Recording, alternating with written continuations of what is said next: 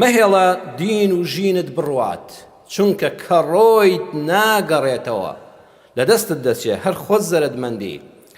ئیمامی طەبەرانی لە ئەلمەجموع الکەبیرە لە عەتای ضەبیەوە ڕیوایەت دەکات دەفەرمێ چوومە خزمەت پێغەمبەری خوا صلی الله علیه وسلم کە خۆم مسلمان بووم وتم ئەی خۆشەویستی خوا باوکێکی پیر و چەند برام هەن دەگەڕێمەوە بۆ لایەن و ئامۆژگاریان دەکەم و بەڵکو مسلمان بوو و بیان هێنمە خزمەتت.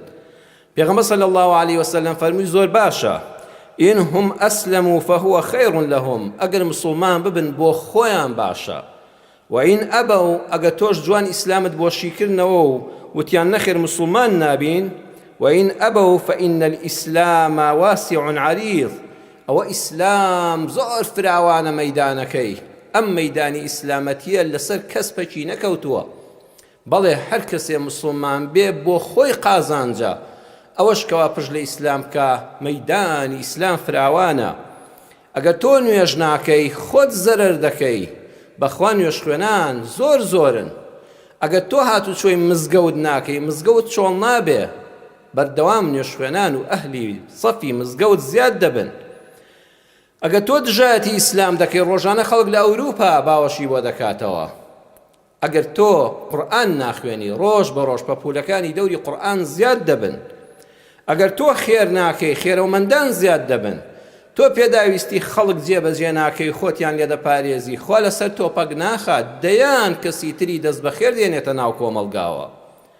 ئەوە خۆتی وەحدەکە الخاسر ئەوە تەنها تۆی کە زەرەدت کردووە تەنها تۆ زەرەرمەندی قافڵەی ئیسلام دەڕوا.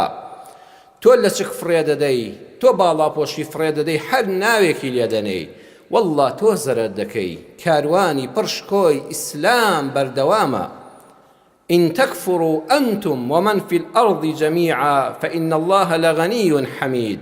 لسورة إبراهيم آياتي هشتا پروردگار لسر زماني موسى دا فرمي أجر إيه هموتان ومن في الأرض جميعا أوي لسر زوية جميعا هرهموي يستعمر 8 مليار مرۆڤ لسر زوي هيا ئەگەر ئەو 8 ملیارە جەمیعە یەک کەسی ئیماندار نەبێ هەمووی بێ بڕوا بێ بەخوای پەروەردگار فإن الله لغني حميد دڵنیابن الله سبحانه وتعالى لغني بەلامی تەأکید ئەوە بێ ئیحتیاجە ئیحتیاجی بە کەس نییە حەمید هەمیشە سوپاس کراوە.